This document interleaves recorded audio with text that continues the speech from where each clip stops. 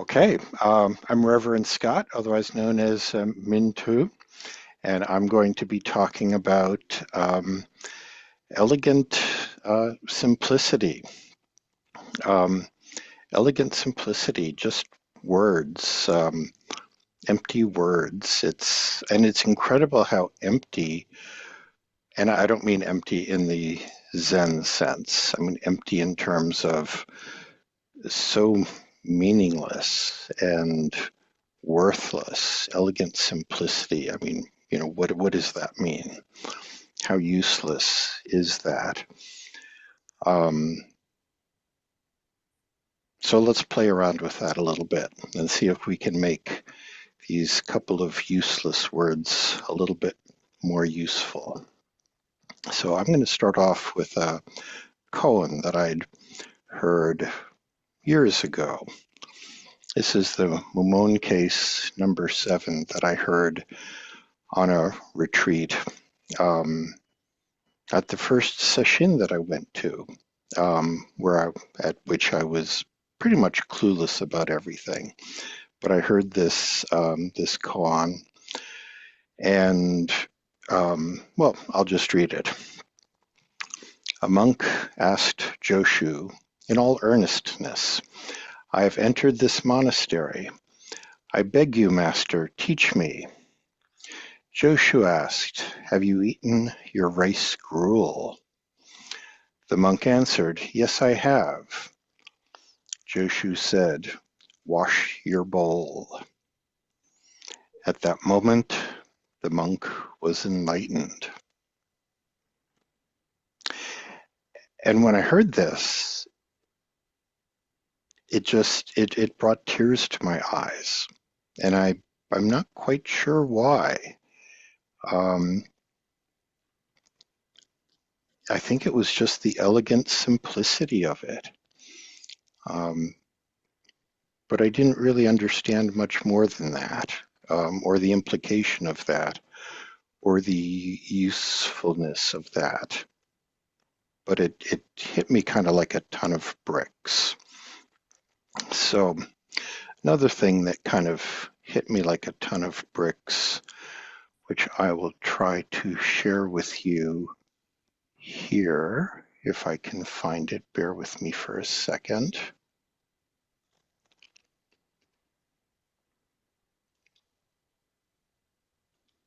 Here we go.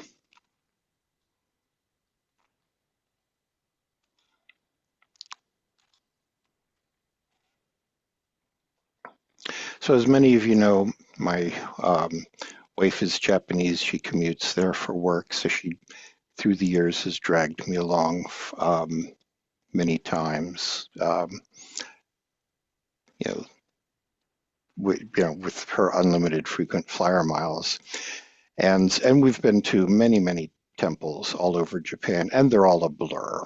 I mean, I couldn't tell one from the other in hindsight, but there's one in Kyoto called Kenninji Temple, and there was this one piece of artwork on the wall called Circle, Triangle, Square that somehow just hit me, and I just couldn't get it out of my mind for years, and I just never could figure out why.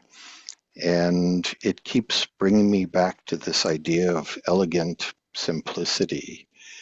Um, and I've looked up the significance of it all, which wasn't particularly, interesting or important. But to me, it just represented um,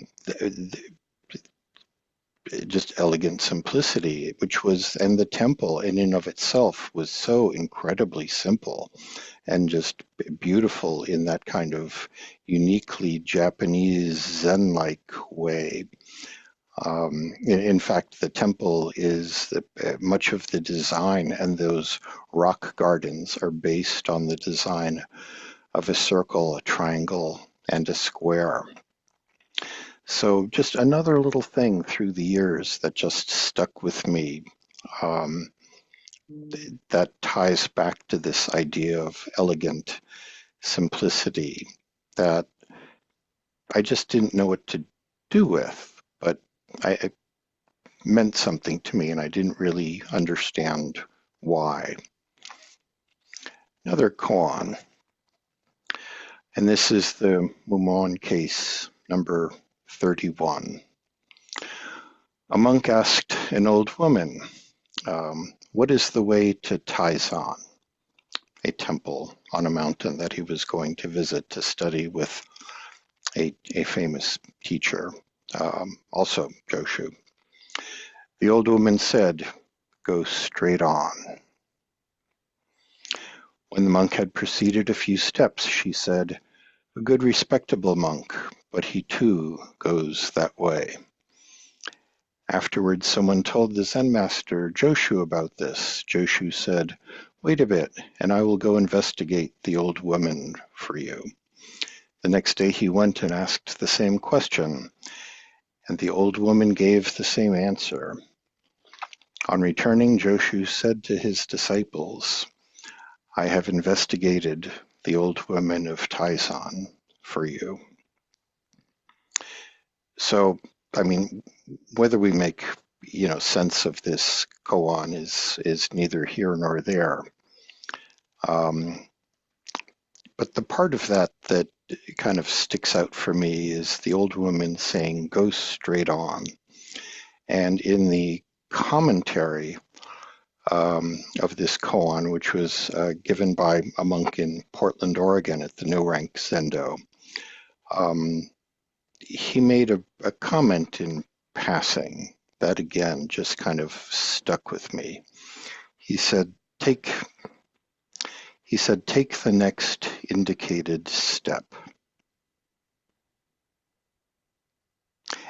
And again, that just kind of stuck with me. It just popped out of the conversation. And just struck me again, coming back to this elegant simplicity. Take the next indicated step.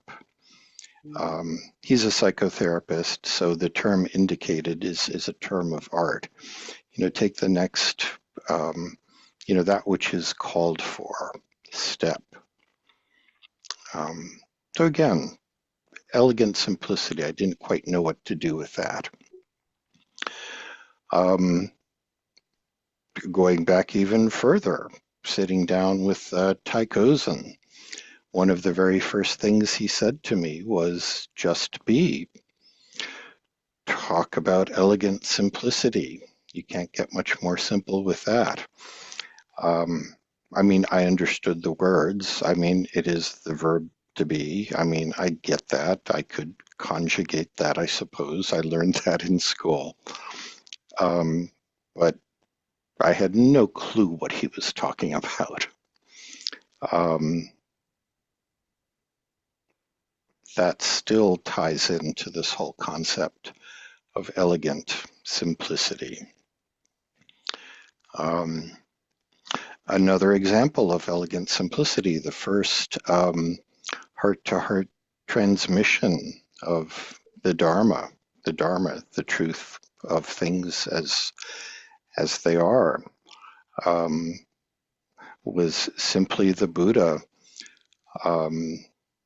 talking to the Sangha on Vulture Peak, which you may visit if you travel with Taikozen in September. And he holds up a flower to the Sangha. And one person in the Sangha smiled and made eye contact with the Buddha. And there was kind of an instant recognition that Mahakashyapa got it, that things just are. Again, coming back to this elegant simplicity. And again, going back to that early Rohatsu session that I went to, where again I was pretty clueless about all this stuff, lots and lots of Dharma talks. But I got this feeling that even though I didn't understand a word anybody was saying, I had this strange feeling that I was hearing the same thing over and over and over again. didn't quite know what to make of that. Um, Another little instance of the simplicity. Dharma talk at Dharma Rain Temple, where Miss Tracy hangs out.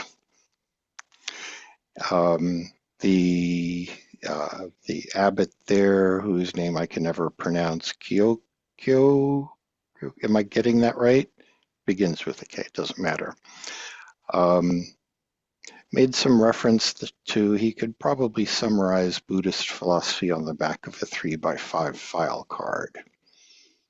Again, kind of stuck with me of the elegant simplicity of what we're doing here.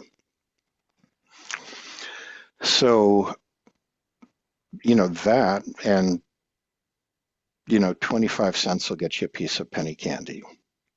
So what? I mean, in many of my Dharma talks, I eventually come back to like, so what? So what is this? What good is this? If you can't use it, what good is it? This is not a theoretical exercise. If you can't use it, what good is it? Um, Hearing these things over the course of the last 10 years, this last year, I finally actually kind of use this. Okay, I'm a little slow, but I'll take it. But I finally figured out and actually applied this to daily life. We all make up stories. We're, discontent. I think that's one of our noble truths, isn't it? The discontentment of life. And, we make up stories. It's like only if our life was different. And so I'll give you just an example. In a previous relationship of mine, where, previous toxic relationship of mine that I'm not in anymore, I would make up these stories, oh, my life would be so much better if only I was married to somebody else. And then I'd go down this, rabbit hole of, oh, if I was married to her, my life would be so much better. Um, oh, but she's married. So, okay, we're going to have to get rid of this husband. Um, but I think there's a precept against killing people. Oh, but thank God I'm not Theravada. So that may not be a problem. He maybe accidentally fall off a cliff. And oh yeah, I'm like 30 years older than her. But maybe she's got daddy issues, low self-esteem, and self-destructive tendencies. And I go down this rabbit hole of like, oh,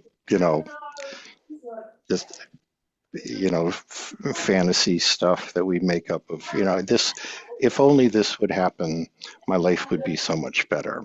We all do this in our own little ways. If only I had this Corvette, or if only this would happen, if only I had that job. But that's not reality. So I was going down one of these little rabbit holes recently, and of course these things just make us suffer because it's just that's not reality. And I stopped myself and I said, oh my gosh, this is just making my life so complicated. Um, Trying to imagine myself in a situation that doesn't exist, some future me that is not going to exist. Why am I making myself so complicated? And then I thought to myself, well, why not just take refuge in the elegant simplicity? And I just had this image of the square circle triangle pop up in my mind and say, why not just embrace the elegant simplicity of the here and the now? Because life can be simple if you just accept that it is and just take a deep breath. If you take a deep breath and you let go of all these little fantasies of the world, life becomes very simple. Because when you think about it, The single most important thing in your life is always becomes just taking the next breath, doing the next indicated thing, going straight on. Um, kind of elegant simplicity, taking things step by step. But what do?